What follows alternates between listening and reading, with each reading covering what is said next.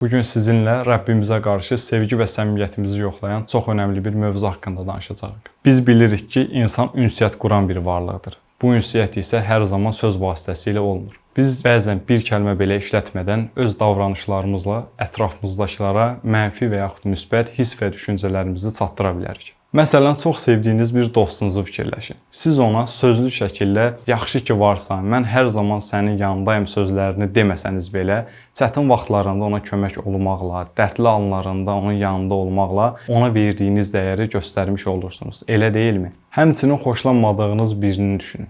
Bunu ona sözlü şəkildə demədən, ona soyuq davranaraq rahat şəkildə bildirə bilərsiniz. Demək ki, hər şey demək söz vasitəsilə olmur. İnsanın birinə verdiyi dəyəri onun davranışlarından da bilmək mümkündür. Eyni hal bizim Rəbbimiz ilə olan münasibətlərimiz üçün də keçərlidir. Heç birimiz Allaha qarşı mən sənin əmr və qadağalarına tabe olmuram, məni hər gün huzuruna çağırsan da mən buna ehtiyac duymuram kimi cümlələr işlətməyə cürət etmərik. Bəs sizcə davamlı şəkildə Allahın əmrlərini yerinə yetirməməklə, qadağalarına tabe olmamaqla, öz hal dilimizlə Rəbbimizə nə demiş oluruq? Sizcə də əməllə göstərilən bu hal Allaha qarşı bir növ üsyan deyilmi? Yuxarıda da qeyd etdiyimiz kimi sevgi sübut tələb edir. İnsan isə sevdiyinin sözünü iki etməz. Belə olduğu halda necə olar ki, sevdiyimizi iddia etdiyimiz aləmlərin Rəbbi olan Allahın əmrlərinə qarşı dəfələrlə laqeyd yanaşırıq. Buradan nəticə olaraq onu çıxarırıq ki, Allahın əmr və qadağalarına hansı şəkildə tabe olmağımız